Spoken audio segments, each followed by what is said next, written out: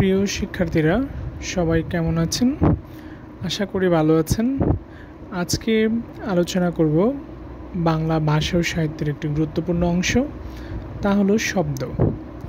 শব্দ অনেক ধরনের। আমরা সাধারণত শব্দকে তিনটি ভাগে বিভক্ত করে পড়ব। প্রথমত হচ্ছে গঠন অনুসারে শব্দ। গঠন অনুসারে শব্দ দুই প্রকার, একটি হলো মৌলিক শব্দ আর একটি হলো সাধিত শব্দ। মৌলিক শব্দ কি? মৌলিক শব্দ হলো যে শব্দকে তার ক্ষুদ্রতম কোনো অংশে ভাঙা যায় না বা বিশ্লেষণ করা যায় না, তাই হচ্ছে মৌলিক শব্দ। যেমন উদাহরণ হিসেবে আমরা বলতে পারি নাক, হাত, গোলাপ, যেগুলোকে আর ক্ষুদ্রতম অংশে আমরা ভাগ করতে পারি না। তাহলে সাধিত শব্দ কি? সাধিত শব্দ হলো যে শব্দকে ভাঙলে বা বিশ্লেষণ করে আলাদা অর্থবোধক শব্দ পাওয়া যায়, অর্থাৎ প্রত্যয় এবং সমাস বা উপসর্গ সাধিত কোনো শব্দ যেগুলোকে ভাঙলে বা বিশ্লেষণ করলে আমরা একাধিক অর্থ পাই। যেমন আমরা যদি বলি যে জমিদার, জমিদারকে ভাঙলে পাওয়া যায় জমি যোগদার। জমি একটা অর্থ হয় এবং দ্বারের আরেকটা অর্থ হয়। বিদ্যালয়, বিদ্যা যোগালয়, সন্ধিযুক্ত শব্দ, দুটি জিনিসকে বোঝানো হয়।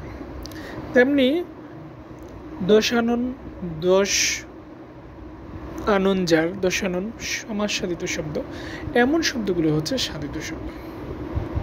এবার অর্থ অনুসারে শব্দ তিন প্রকার: যৌগিক শব্দ, রূঢ়ি শব্দ আর যোগরূঢ় শব্দ। তাহলে যৌগিক শব্দ কোনগুলো? যে সকল শব্দের ব্যুৎপত্তিগত অর্থ ও ব্যবহারিক অর্থ একই, সেগুলোকে বলা হয় যৌগিক শব্দ। যেমন গায়ক, গৌযুগ নক, গায়ক অর্থাৎ গান করেন যিনি, তাই হচ্ছে গায়ক। কর্তব্য, ক্রিযুক্তব্য, কর্তব্য, কর্তব্য মানে যা করা উচিত। তারপর আছে বাবুয়ানা, বাবু যোগানা, বাবুয়ানা, বাবুর বাপ। তারপরে রয়েছে চিকামারা, চিকা যুগমারা, চিকামারা, চিকামারা মানে দেয়ালে লিখন। তাহলে রূঢ়ি শব্দ কি? রূঢ়ি শব্দ হচ্ছে সন্ধি প্রত্যয় উপসর্গ যুগে যে শব্দ গঠিত হয়, কিন্তু সেই শব্দগুলো এইসব অর্থের অনুগামী না হয়ে কোনো বিশিষ্ট অর্থ জ্ঞাপন করে, তাকে রূঢ়ি শব্দ বলে। যেমন হচ্ছে হস্তি, হস্তি মানে হস্তযুগীন, হস্তি অর্থাৎ হাত আছে যার, কিন্তু হস্তি বলতে আমরা একটি বিশেষ প্রাণীকে বুঝি, যেটা হচ্ছে হাতি বা ঐরাবত। তারপর হচ্ছে বাঁশি, বাঁশ দিয়ে তৈরি যে কোনো বস্তুকে বোঝানো হয়, কিন্তু বাঁশি বলতে আমরা একটা বিশেষ বাদ্যযন্ত্রকে বুঝি। তারপর সন্দেশ, সন্দেশ মানে সংবাদ, প্রত্যয়যুক্ত শব্দ, কিন্তু সন্দেশ বলতে আমরা কোনো একটি মিষ্টি জাতীয় খাবার অর্থাৎ মিষ্টান্নকে বুঝি। এবার আসি যোগরূঢ় শব্দ।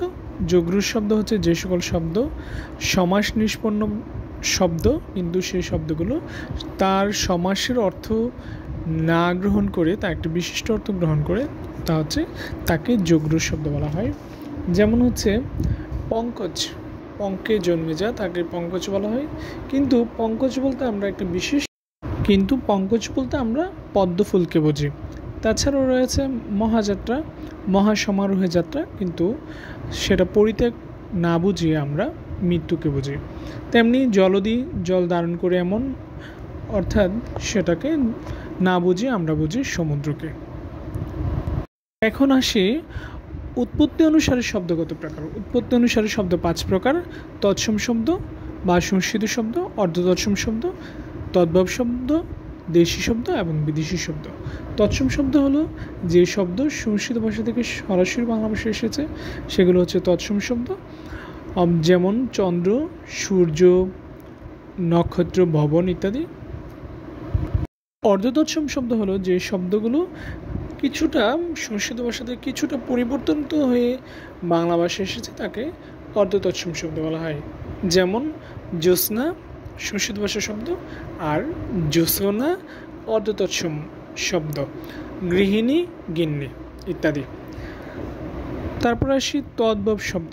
তদ্ভব শব্দ হচ্ছে যে শব্দগুলো প্রাকৃতির মাধ্যমে কিছুটা বিবর্তনে বিবর্তিত হয়ে বাংলা ভাষায় স্থান করে নিয়েছে তাকে তদ্ভব শব্দ বলা হয়। যেমন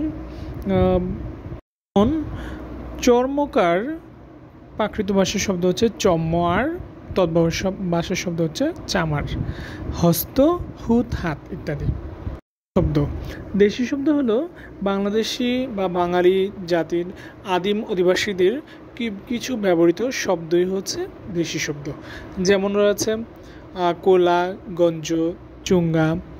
তাছাড়াও রয়েছে কুল ভাষার শব্দ কুড়ি বা ২০, তামিল ভাষার শব্দ পেট, উদর।